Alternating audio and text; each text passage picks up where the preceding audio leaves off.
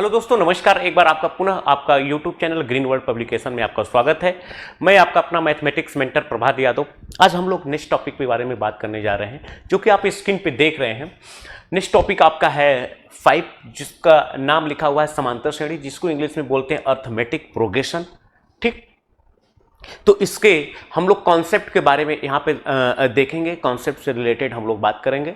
फिर उसके बाद हम लोग फिर जैसा कि आप लोग जानते हैं बहुविकल्पी और अति लघुत्तरी की एक सीरीज बनाते हैं, और उसके बाद लघुत्तरी और विस्तृत प्रश्नों की दूसरी सीरीज हम लोग बनाते हैं। तो आप लोगों ने देखा कि हम लोगों ने 4 टॉपिक को कंप्लीट कर लिया है। अभी इसके जस्ट पहले जो टॉपिक कंप्लीट हुई थी वो क्वाड्रेटिक इक्वेशन था। उसके पहले 2 चरों वाला रैखिक समीकरण के बारे में हम लोग बात कर रहे थे। आज हम लोग पहले 5th टॉपिक के बारे में बात करेंगे। तो आइए इसके कुछ इंपॉर्टेंट पॉइंट्स हैं जो यहाँ पे मेंशन किए गए हैं, उस इंपॉर्टेंट पॉइंट को हम लोग यहाँ पे समझेंगे, उसको थोड़ा सा एक्सप्लेन करने का प्रयास करेंगे, क्योंकि उन्हीं सब पॉइंट के बेस पे हम लोग को जो इसमें प्रीवियस ईयर का राजीव क्वेश्चन बैंक में जो प्रीवियस ईयर का क्वेश्चंस का जो आप जानते हैं जो कलेक्शन होता है, उसी के बारे में हम लोग यहाँ पे डिस्कस करेंगे। तो आइए शुरुआत करते हैं। सबसे पहले तो यहाँ पे शुरुआत जो कर रहे हैं, तो देखिए आपके सामने 3 पॉइंट को मेंशन किया गया है। तो ये कह रहा है कि एक समांतर श्रेणी संख्याओं की ऐसी सूची होती है जिसमें प्रत्येक पद प्रथम पद के अतिरिक्त अपने से ठीक पहले पद में एक निश्चित संख्या d को जोड़कर प्राप्त होता है। यह निश्चित संख्या d समांतर श्रेणी का सर्व अंतर कहलाती है। ये कह रहा है कि जैसे सपोज करिए कि जो आपका पहला पॉइंट है, जैसे मान लीजिए कि कोई एक सीरीज हमने लिखा कि जैसे 1 लिखा है, 2 लिखा है, 3 लिखा है, 4, 5, 6। ठीक, तो ये कह रहा है कि ये आपका क्या लिखा है, पहला टर्म है, प्रथम पद है, ये आपका दूसरा पद है, ये आपका तीसरा पद है। तो आप देख रहे हैं कि इसमें और इसमें जो डिफरेंस है 1 का है, इसमें और इसमें जो डिफरेंस है 1 का है, इसमें और इसमें जो डिफरेंस है वो भी क्या है, आपका 1 का है। अर्थात इसको कह रहा है कि हमने मान लिया स्मॉल d। तो कह रहा है कि जो पहला टर्म है, अगर इसमें आप स्मॉल d की वैल्यू को ऐड करेंगे तो आपको नेक्स्ट अगला वाला टर्म मिलेगा। इसमें ऐड करेंगे तो ए अगला, इसमें ऐड करेंगे तो ए मिलेगा। तो इस तरह से आपको सीरीज मिल जाएगी, और ये जो सीरीज होगी इसी को हम लोग बोलते हैं समांतर श्रेणी। इसको हम लोग क्या बोलते हैं, समांतर श्रेणी, जिसको इंग्लिश में हम लोग बोलते हैं अर्थमेटिक प्रोग्रेशन। ठीक, कह रहा है एक एपी का व्यापक पद यानी जनरल टर्म, अगर आपको एक समांतर श्रेणी है लिखना है, एक समांतर श्रेणी अगर आपको लिखना है,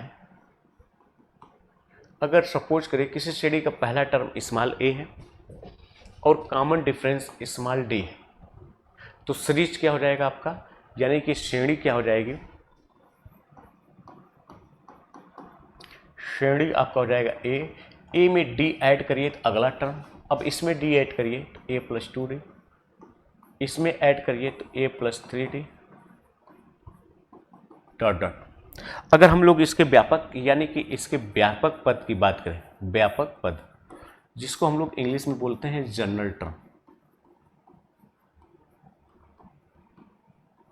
जिसको हम लोग डिनोट करते हैं tn से, इज इक्वल टू हो जाएगा a plus n minus 1 into D. किसी किसी बुक में आपको an बराबर लिखा रहता है a plus n minus 1 into D. ठीक, तो किसी किसी बुक में आपको इसको डिनोट करता है an से, तो यानी an बराबर हो जाएगा आपका a plus n minus 1 into 2। इसी को हम लोग कहते हैं, अगर मान लीजिए इसको हमने इसका लास्ट टर्म कहा, अंतिम पद, और इसको हमने यल से डिनोट किया, तो ये हो जाएगा आपका a plus n minus 1 into D. ठीक, तो किसी एपी का अगर प्रथम पद पता है, कॉमन डिफरेंस पता है, तो उस एपी को जनरल टर्म आप लिख सकते हैं। अब इसमें जो भी पद पूछने की बात करेगा, जैसे हमने कहा कि किसी एपी का व्यापक पद जनरल टर्म आपने tn बराबर लिखा a plus n minus 1 into D, हमने कहा t5, तो n बराबर आप 5 पुट करिए, हमने कहा t10 यानी n बराबर 10 पुट करिए, तो आपको इस एपी का जनरल टर्म आपको, मतलब जो भी पद आप पूछना चाहेंगे आपको मिल जाएगा। अब ये कह रहा है इसमें अगला पॉइंट कि इसका देखिए सेकेंड वाला पॉइंट क्या कह रहा है। सेकेंड पॉइंट इसका ये कह रहा है कि संख्याओं की एक दी हुई सूची एपी होती है यदि अंतरों a2 - a1 a3 - a2 इतना से एक ही समान मान प्राप्त हो, अर्थात के भिन्न भिन्न मानों के लिए इतना एक ही हो। ये कह रहा है कि अगर आपको कोई भी सीक्वेंस एपी में लिखा है, कोई भी संख्याओं का समुच्चय, सपोज करिए कि जैसे हमने आपको यहाँ पर लिख दिया 2 4 6 8 10 डॉट डॉट, कह रहा है कि एक समांतर श्रेणी होगा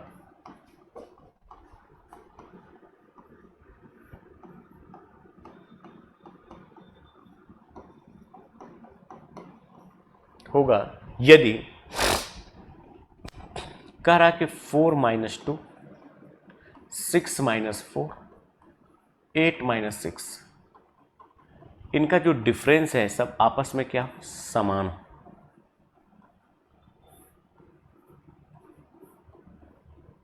अगर इनका डिफरेंस आपस में सबका समान है तो ये एक समांतर श्रेणी को रिप्रेजेंट करता है।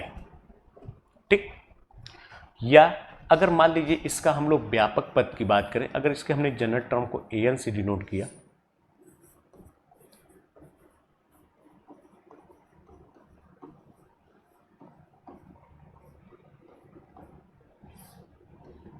ठीक, अगर आपने इसके जनरल टर्म को an से डिनोट किया तो कह रहा है कि an और an-1 का जो डिफरेंस है एक कांस्टेंट आना चाहिए,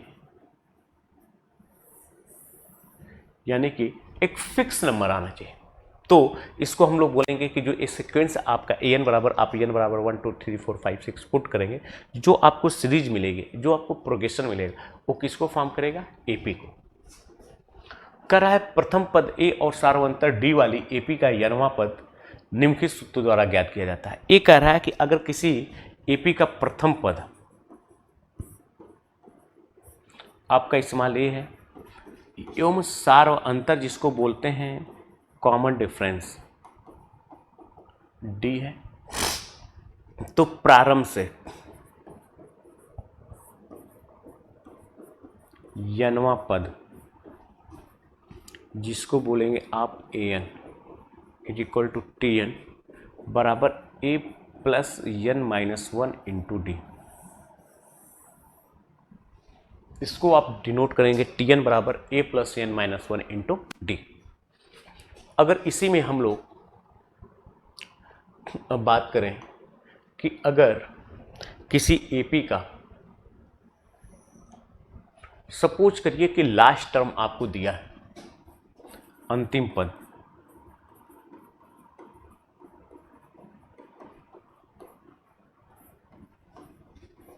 ए स्मॉल एल, ठीक, एवं सार्व अंतर,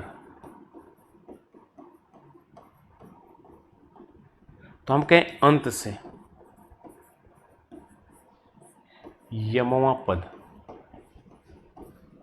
जिसको आप डिनोट करेंगे tm डैश बराबर last term minus m-1 into D. ये बड़ा इंपॉर्टेंट कॉन्सेप्ट।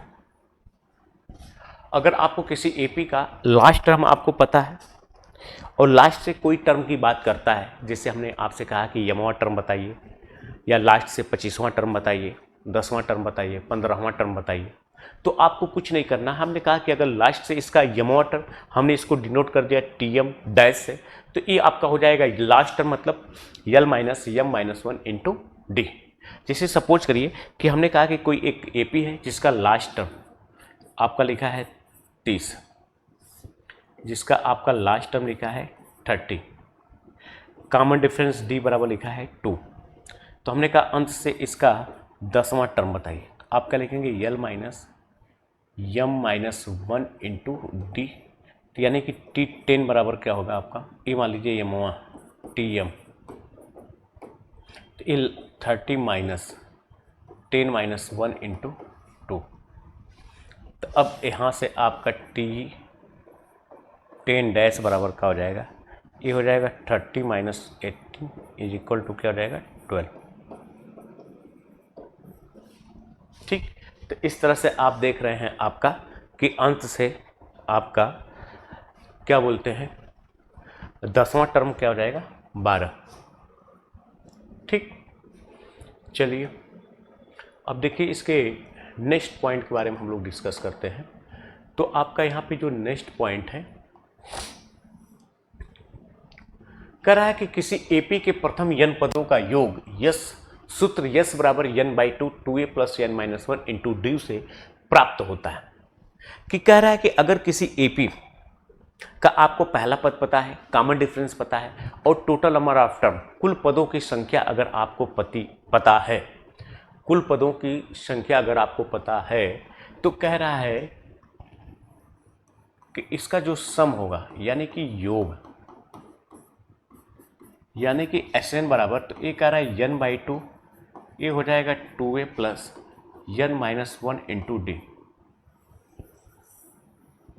इस फार्मूले का यूज करते हैं। ठीक, फिर कह रहा है कि जैसे सपोज करिए कि कोई एक एपी लिखा है, जैसे हमने लिखा 1 2 3 4 डॉट डॉट लास्ट में लिखा है n, इसके n पदों का योग निकालिए। ठीक, तो आप यहाँ पे इसका यानी कि Sn बराबर आप लिख सकते हैं n/2, ये हो जाएगा 2a + n-1 इंटू डी। तो अब यहाँ पे आप देखिए अगर हम लोग इस सीरीज की बात करें तो इस सीरीज या प्रोग्रेशन में आप श्रेणी में आप देख रहे हैं पहला टर्म 1 है, कॉमन डिफरेंस आपका 2 है, अब कुल पदों की संख्या total number of term is equal to small l।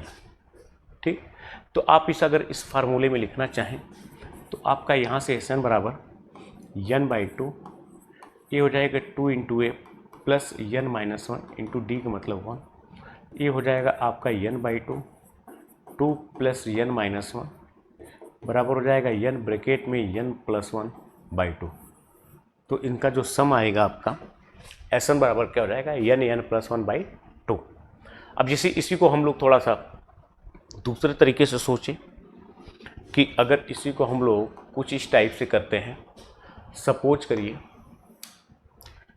कि अगर आपका सीरीज कुछ इस टाइप का लिखा है, दूसरा पॉइंट जैसे हमने लिखा 2 4 6 8 डॉट डॉट के प्रथम 100 पदों का योग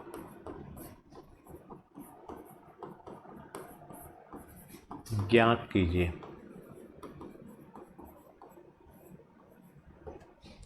इसके प्रथम 100 पदों का योग ज्ञात कीजिए। तो यहां पे आप देखिए अगर प्रथम पद की बात करें, प्रथम पद तो ये है आपका 2, सार्व अंतर की बात करें यानी स्मॉल डी की बात करें तो ये हो जाएगा 4 - 2, और कुल पदों की संख्या n बराबर 100, और हमसे पूछ रहा है यस 100 क्या होगा। ठीक, तो आप सूत्र क्या जानते हैं कि Sn बराबर होता है n/2 2a + n-1 into D. तो यहाँ से यस 100 बराबर हो जाएगा 100/2, ये हो जाएगा 2 इंटू 2 + 100 - 1 इंटू 2। तो देखिए यहाँ से 2 कॉमन लेके कैंसिल आउट हो जाएगा, तो ये हो जाएगा आपका 100, ये हो जाएगा 2 + 100 - 1, ये हो जाएगा 100 इंटू 101 101, ये आपका हो जाएगा यहाँ पे 100 इंटू 101,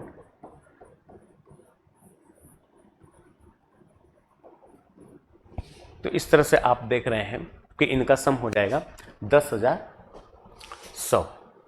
ठीक, अब देखिए यहाँ पे हम लोग यहाँ पे अगर नेक्स्ट पॉइंट की बात करें, करा कि किसी एपी के प्रथम n पदों का योग अगर Sn है तो इस एपी का n वां पद, करा कि अगर किसी प्रथम n पदों का योग, प्रथम n पदों का योग अगर आपको Sn है तो इनका n वां पद जिसको आप डिनोट करेंगे An से, ये हो जाएगा S N minus S N minus 1, यानी कि या टी एन बराबर आप लिख सकते हैं S N minus S N minus 1 करा। इसको इससे डिनोट करेंगे। थोड़ा सा यहाँ पे एक इंपॉर्टेंट चीज़ ये है कि यहाँ पे जो n की वैल्यू है must be is greater than or equal to 2 and n belongs to क्या हो जाएगा नेचुरल नंबर, क्योंकि हम लोग टर्म की बात करेंगे तो वो टर्म क्या होना चाहिए आपका काउंटेबल होना चाहिए। एक्चुअल में ये देखिए बातें आती कैसे है कि अगर इसी चीज़ को हम लोग थोड़ा सा डिटेल में इसको समझने का प्रयास करें तो आप यहाँ पे देखिए, अब देखिए इसको थोड़ा सा हम लोग जो सारी बातें थी उसको थोड़ा सा डिस्कस करना चाहते हैं कि जैसे मान लीजिए कह रहा है कि किसी समांतर श्रेणी का यनवा पद कैसे निकालते हैं। देखिए यनवा पद हमने कहा कि कोई एक सीरीज लिखा है जिसका प्रथम पद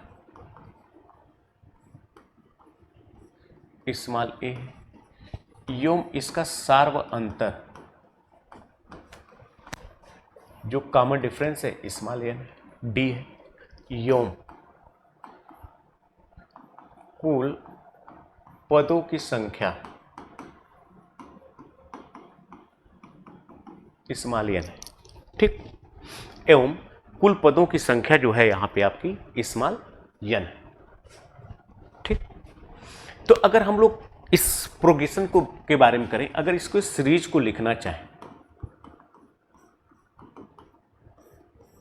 तो देखिए सीरीज कैसे लिखेंगे आप ए प्लस डी, यानी कि डी को ऐड करते जाएंगे तो आपको सीरीज मिलता चला जाएगा। इसको हम लोग बोलेंगे पहला पद है T1, ये लिखा है दूसरा पद T2, ये लिखा है तीसरा पद T3। तो अब हमको डॉट डॉट Tn बराबर निकालना है, ठीक। तो अब यहां पे देखिए सभी लोग क्या करना है कि यहां पे आपको आप देख रहे हैं पहले पद को आप इसी बात को चाहे तो लिख सकते हैं a plus 1 minus 1 into D. इसको T2 को आप लिख सकते हैं कि यानी a plus 2 minus 1 into D. T3 को लिख सकते हैं a plus 3 minus 1 into D dot dot. तो आप यहाँ पे देखिए पहला टर्म लिखा है a plus 1 minus 1 into D, दूसरे की बात कर रहे थे 2 माइनस 1, तीसरे की बात कर रहे थे 3 माइनस 1। इसका मतलब अगर आप प्रारंभ से Tn की बात करेंगे यानी कि Tn इज इक्वल टू तो a प्लस डी का जो कोफिशिएंट होगा n माइनस 1 इंटू डी। तो किसी AP का अगर पहला पद a है, सर्व अंतर स्मॉल d है, तो इसका प्रारंभ से यनवा पद जो होगा जिसको हम लोग डिनोट करते हैं Tn से, तो प्रारंभ से इसका यनवा पद होगा यानी कि from the beginning nth term is equal to, इसको हम लोग डिनोट करेंगे Tn से, तो ये हो जाएगा a plus n minus 1 into D. अच्छा, अब जिसे इसके पहले का जो पद होगा इसको आप डिनोट करेंगे Tn माइनस 1 से, तो a क्या हो जाएगा आपका a plus n minus 2 into D. तो अगर आपने Tn माइनस 1 में अगर आपने d जोड़ा तो आपको अगला टर्म Tn मिला, इसका मतलब d बराबर हो जाएगा आपका Tn माइनस 1। इसका मतलब क्या है कि अगर कोई सीरीज AP में है या कोई भी सीरीज अगर आपको दिया है उसका जनरल टर्म आपको लिखा हुआ है यल में लीनियर है, तो जनरल टर्म और उसके जस्ट पहले वाले टर्म का अगर आपने डिफरेंस निकाला और ये आपका आ गया कांस्टेंट यानी कि अचर, तो इसका मतलब कि जो यहां पे सीरीज Tn लिखा गया है यानी जो यहां पे श्रेणी है, इसका मतलब जो यहाँ पे आपकी श्रेणी है इस श्रेणी को हम लोग बोलेंगे समांतर श्रेणी। इस श्रेणी आपकी क्या कही जाएगी, समांतर श्रेणी कही जाएगी, ठीक। अब इधर देखिए, जैसे सपोज करिए कि किसी AP का पहला टर्म आपको A है, कॉमन डिफरेंस स्मॉल d है, तो डॉट डॉट इसका लास्ट टर्म क्या होगा यल। इसके जस्ट पहले वाला आप निकालना चाहेंगे तो यल माइनस डी, इसके जस्ट पहले तो यल माइनस 2d।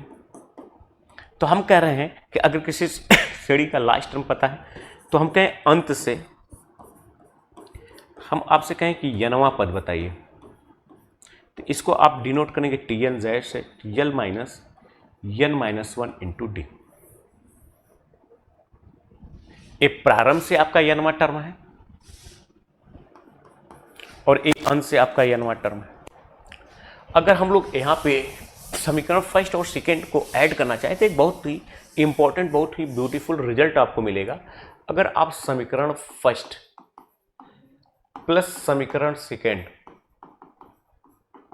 तो आपको प्रारंभ से यनवा टर्म और अंत से यनवा टर्म का जो सम होगा फर्स्ट टर्म और लास्ट टर्म के सम के इक्वल होगा, यानी कि इसका जो सम आएगा एक अचर आएगा। ये बड़ा इंपॉर्टेंट रिजल्ट है। इसका मतलब क्या हुआ कि अगर किसी एपी का पहला टर्म स्मॉल ए है, कॉमन और लास्ट टर्म आपका स्मॉल यल है, तो प्रारंभ से कोई भी टर्म की बात करें और अंत से भी किसी भी टर्म की बात करें तो इन दोनों का जो सम होगा ये फर्स्ट टर्म और लास्ट टर्म के सम के क्या होगा, इक्वल होगा।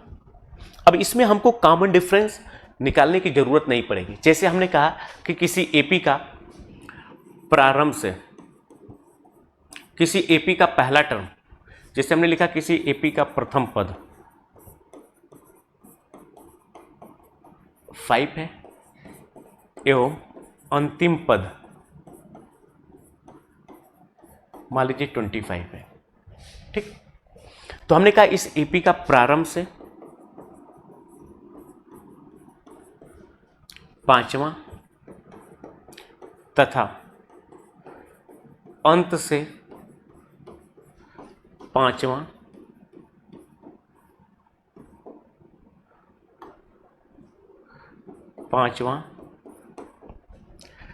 पद का योग ज्ञात करिए। ये आप लिखेंगे 5 + 25 बराबर क्या हो जाएगा 30। हम कहें प्रारंभ से दूसरा और अंत से दूसरा 30। हमने कहे प्रारंभ से 10वां अंत से 10वां 30। इसका मतलब ये है कि इसमें किसी भी एपी का प्रारंभ से और अंत से अगर दोनों जगह से आपका सेम टर्म का सम पूछ रहा है तो इसका मतलब इसके वैल्यू पे कोई प्रभाव नहीं पड़ेगा। ये एस जो सम होगा पहले और अंतिम पद के सम के क्या होगा, इक्वल होगा, कि योग के क्या होगा, बराबर होगा। तो इस तरह से आप देख रहे हैं कि ये बड़ा इंपॉर्टेंट कॉन्सेप्ट है कि इसको बड़ा ध्यान से आपको समझना होगा और दिमाग में, क्योंकि इसके क्वेश्चन बड़े लॉजिकल आते हैं कि अगर किसी एपी का पहला टर्म पता है, अंत वाला पद टर्म पता है, प्रारंभ से सेम टर्म अंत से अगर दोनों के सम की बात किया जाए तो इनका सम हमेशा पहले टर्म, पहले पद और अंतिम पद के सम के क्या होगा, इक्वल होगा, ठीक। अब आइए इसी में, अब देखिए इसका, जैसे हम आपसे कहें कि कुछ पद को आपको चूज करना है, कुछ पद समांतर श्रेणी में आपको बताना है, सेलेक्ट करना है।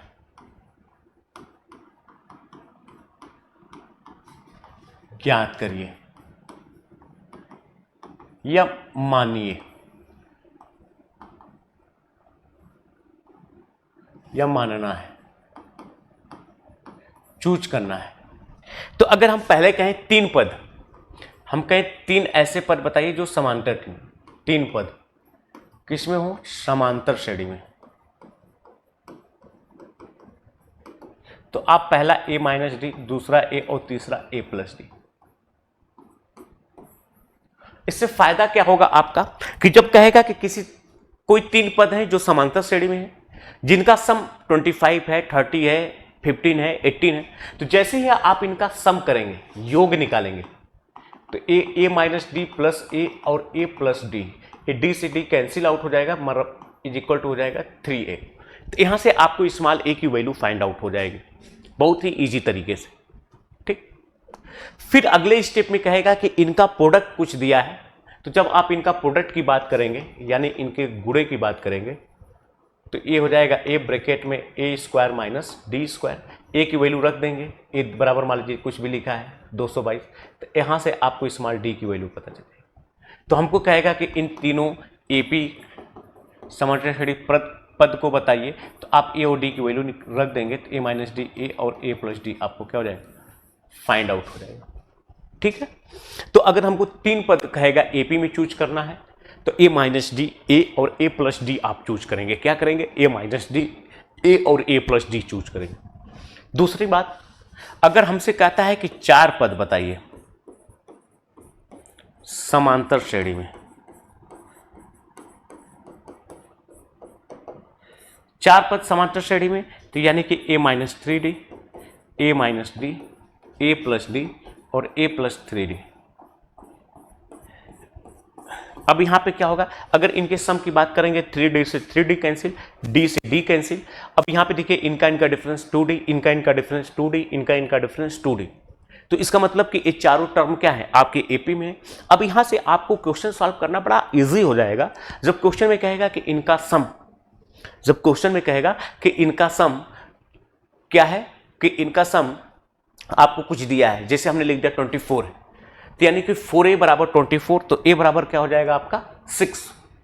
तो अब प्रोडक्ट पूछेगा तो अब तो बस ये दो चीजें, जैसे 5 टर्म भी पूछ सकता है, लेकिन हमारे चूंकि हाई स्कूल स्टैंडर्ड पे हमको 3 टर्म की ही बात करता है, मैक्सिमम कभी कभी 4 टर्म की बात करता है।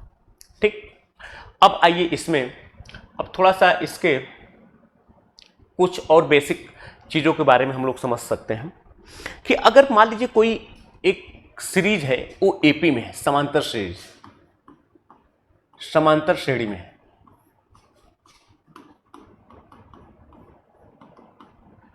जैसे मान लीजिए हमने लिखा A1 A2 A3, A1 A2 A3, हमने लिखा AN, एक इसमें लिखा है AP में। अगर ये AP में होगा तो इसका मतलब कि A जो स्मॉल d होगा A2 माइनस A1 इनके कंज्यूटिव टर्म का, अर्थात लगातार क्रमागत, कंज्यूटिव टर्म अर्थात क्रमागत, क्रम के जस्ट आगे आने वाले टर्मों का जो डिफरेंस होगा, पदों का जो अंतर होगा वो क्या होगा, सेम होगा।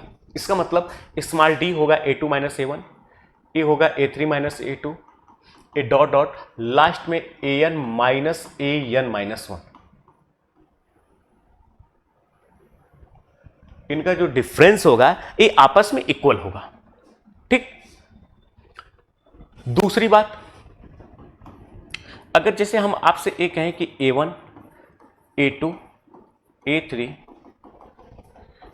AN एक समांतर श्रेणी है,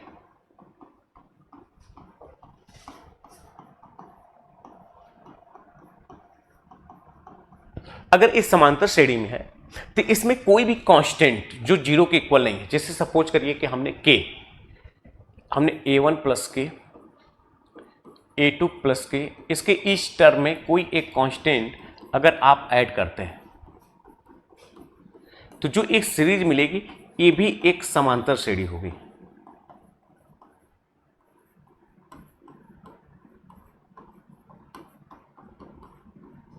ठीक, अगर इसमें से आप कोई एक नंबर घटा देते, सपोज करिए k, यानी कि A1 माइनस के, A2 माइनस के, A3 माइनस के, तो ये हो जाएगा AN माइनस के, ये भी एक क्या होगा, समांतर श्रेणी।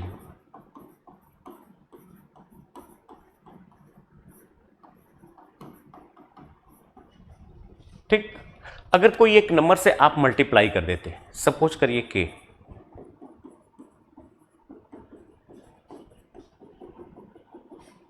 तो ये भी एक क्या होगा, एक समांतर श्रेणी।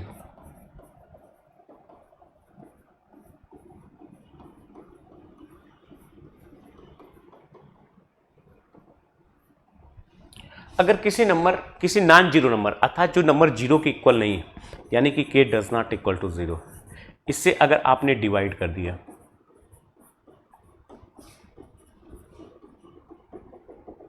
तो ये भी आपका क्या होगा, एक समांतर श्रेणी।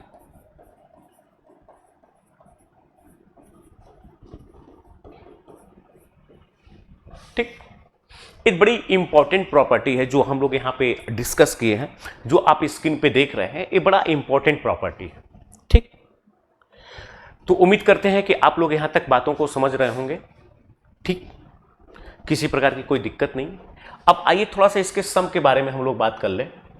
तो देखिए इसके सम के बारे में अगर आप बात करना चाहते हैं या समझना चाहते हैं आप इसके सम के बारे में, तो आइए, ये कह रहा है कि अगर मान लीजिए हम लोग इसके योग के बारे में बात करेंगे। ठीक, इसके किसके बारे में बात करेंगे, इसके योग के बारे में बात करेंगे। हमने कहा कि किसी समांतर श्रेणी के n पदों के योग को डिनोट करते हैं SN से। सपोज करिए कि किसी AP का पहला टर्म A है, कॉमन डिफरेंस सार्वंतर D है, तथा कुल पदों, टोटल नंबर ऑफ टर्म, कुल पदों की संख्या is equal to small n है। तो सम यानी एस एन मतलब सम ऑफ एन टर्म, यानी कि ए प्लस ब्रैकेट में ए प्लस डी, ए प्लस 2d डॉट डॉट, अगर लास्ट टर्म आपका यल है, या इसी को चाहे तो आप लिख सकते हैं टी एन। तो आपका यहां पे S N is equal to हो जाएगा n बाई 2, ये हो जाएगा 2a plus n minus 1 into D.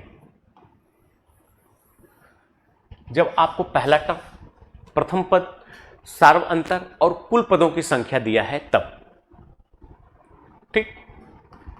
जब आपको पहला पद एस एन बराबर क्या होगा, जब आपको कुल पद, पहला पद और अंतिम पद आपको दिया है, तो एस एन बराबर क्या हो जाएगा n by 2 A plus L. या इसी चीज को आप लिख सकते हैं कि S N is equal to n by 2 A plus T N, यानी कि एस एन बराबर क्या हो जाएगा ए प्लस टी एन, ठीक। तो अब यहां पे देखिए, सपोज करिए कि ये आपका, अब यहां से थोड़ा सा हम लोग एक और कॉन्सेप्ट यहां पे डिराइव करने जा रहे हैं, तो थोड़ा सा यहां पे आप फोकस करिए कि देखिए यहां पे एक और, जैसे हमने कहा कि इसका सम, तो सम का मतलब ये हुआ कि एस एन बराबर आपने लिखा ए प्लस डी, ए प्लस 2d, अगर ए यहां पे लिखा है टी एन माइनस 1 और इसको हमने डिनोट किया टी एन से। तो अगर 1 से लेके n तक के सम को आप एस एन से डिनोट करते हैं, तो इसका मतलब ये है कि 1 से लेके n माइनस 1 के सम को आप किससे डिनोट करेंगे, आप कहेंगे एस एन माइनस 1 से, ठीक। अब यहां से देखिए, इसका मतलब क्या हुआ कि आप एस एन बराबर लिख सकते हैं यस n माइनस 1 अब प्लस का टी एन। तो अगर आप यहां से टी एन की बात करें तो T N is equal to हो जाएगा S N minus S N minus 1। ये बड़ा ब्यूटीफुल इक्वेशन। इसका मतलब क्या हुआ कि अगर किसी समांतर श्रेणी के n पदों का योग, अगर किसी समांतर श्रेणी के n पदों का योग आपको दिया है, अगर किसी समांतर श्रेणी के n पदों का आपको योग दिया है और पूछ रहा है इसका nवां पद बताइए, यानी कि Tn, यानी कि इसका जनरल टर्म, यानी कि व्यापक पद, तो general term Tn is equal to हो जाएगा Sn माइनस Sn माइनस 1। यहां पे एक और इंपॉर्टेंट चीज आपको समझना पड़ेगा, n की वैल्यू इज ग्रेटर देन और इक्वल टू 2, क्योंकि कोई भी टर्म क्या होता है, जीरो या नेगेटिव नहीं, हमेशा शुरुआत किससे होती है, फर्स्ट से होती है, प्रथम से होती है। अगर हम लोग इसी में बात करें और एंड, और n क्या है आपका नेचुरल नंबर है, क्योंकि काउंटेबल नंबर है, क्योंकि पद को आप काउंट करेंगे, पद को आप क्या करेंगे, गिनेंगे, उसको क्या करेंगे, काउंट करेंगे, ठीक है। तो इसलिए यहां पे आपका जो n होना चाहिए, n एक नेचुरल नंबर होना चाहिए, ठीक। तो इस तरह से हम लोग देख रहे हैं कि यहाँ पे n क्या है, एक नेचुरल नंबर है। तो अब जैसे हमने कहा कि किसी एपी के n टर्म का सम Sn बराबर हमने लिखा जैसे n स्क्वायर, तो हमने कहा यहां से Tn बताइए, तो आप जानते हैं कि Tn बराबर होता है Sn माइनस Sn माइनस 1। यहां से आप लिख सकते हो, यानी कि Tn बराबर n square minus n minus 1 का होल स्क्वायर। दैट मीन्स आप यहां से लिख सकते हैं कि Tn is equal to n square minus n square plus 1 minus का 2n, यानी कि Tn is equal to n square minus का n स्क्वायर प्लस का 2n माइनस 1, n स्क्वायर से n स्क्वायर कैंसिल, तो आपका Tn बराबर हो जाएगा 2n माइनस 1। अर्थात किसी एपी का अगर n पदों का सम को आपने Sn बराबर n स्क्वायर से डिनोट किया, पूछ रहा है इस एपी का व्यापक पद अर्थात जनरल टर्म क्या होगा, तो Tn बराबर आप लिखेंगे 2n माइनस 1, ठीक। अब इसी चीज को थोड़ा सा आप और डिटेल में अगर बताना चाहते हैं, तो आप यहाँ पे कुछ इस टाइप से भी हम लोग चीजों को बेहतर ढंग से समझ सकते हैं। जैसे हमने कहा कि Sn का मतलब होता है कि n टर्म का सम,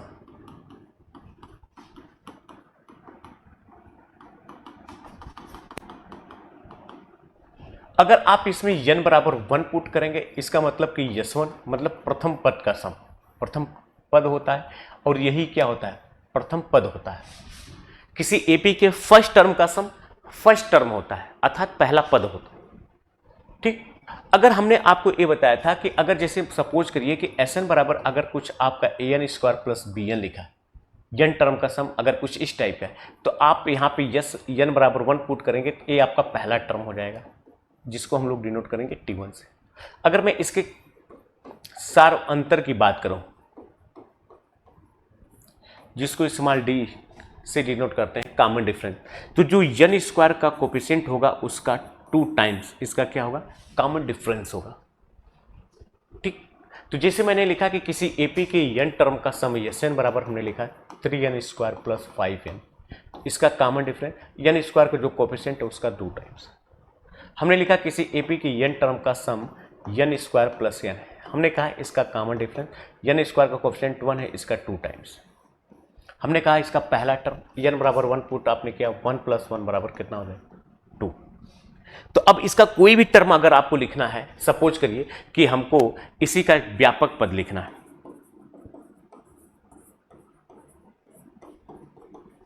तो ये हो जाएगा आपका a plus n minus 1 into D. A का मतलब क्या हो जाएगा आपका 2 plus n minus 1 into D का मतलब 2। ये हो जाएगा आपका 2 प्लस 2n माइनस का 2, 2 से 2 कैंसिल, ये हो जाएगा आपका 2n। तो यहाँ से आप देख रहे हैं कि जो n की वैल्यू आ रही है, n की वैल्यू आपकी क्या हो जाएगी 2n। ठीक। तो इस तरह से आप देख रहे हैं कि n की जो वैल्यू आएगी वो क्या हो जाएगी आपकी 2n। ठीक। अब यहाँ पे एक इम्पॉर्टेंट चीज और हम लोग समझते हैं, जो कि अगर आपको किसी एपी का जनरल टर्म दिया है, अगर उसके आगे आप समेशन लगा देते हैं, सिग्मा मतलब योग कर देते हैं, तो उससे भी आप जहां तक चाहेंगे वहां तक आपको पदों का योग मिल जाए। जैसे हमने कहा किसी एपी का जनरल टर्म या किसी भी सीक्वेंस का जनरल टर्म tn आपको दिया है, हम चाहते हैं कि इसका Sn बराबर क्या होगा, तो आपको यहां से Sn बराबर होगा समेशन ऑफ tn। ठीक। यानी कि Sn बराबर हो जाएगा आपका समेशन ऑफ tn। ठीक। अब जैसे हमने कहा कि किसी एपी में tn बराबर आपका लिखा है, कुछ भी दिया है, गिवन है, हम चाहते हैं प्रथम 10 पदों का योग, तो यानी कि यश 10 की वैल्यू, तो समेशन ऑफ n बराबर 1 से लेकर 10 तक tn, इसका मतलब होता है योग। ठीक। समर्शन मतलब क्या होता है, योग। ठीक। तो उम्मीद करते हैं कि आप लोग यहां तक बात को समझ रहे होंगे। तो ठीक है, जैसा कि आप देख रहे हैं स्क्रीन पे आपको दिखा रहा है, थैंक यू और राजीव क्वेश्चन बैंक। तो आज के लिए इतना ही। आज हम लोगों ने समांतर श्रेणी अर्थमेटिक प्रोग्रेशन के बारे में भी, इसके कॉन्सेप्ट के बारे में बात कर लिया है। अब हम लोग नेक्स्ट वीडियो में जो हम लोग आएंगे, पहले जो हमारी सीरीज होगी उसके बहुविकल्पी और अति लघुत्तरी की एक सीरीज होगी, उसके बाद फिर हम लोग लघुत्तरी और विस्तृत प्रश्नों को लेकर आएंगे। तब तक के लिए आप लोगों को बहुत बहुत धन्यवाद।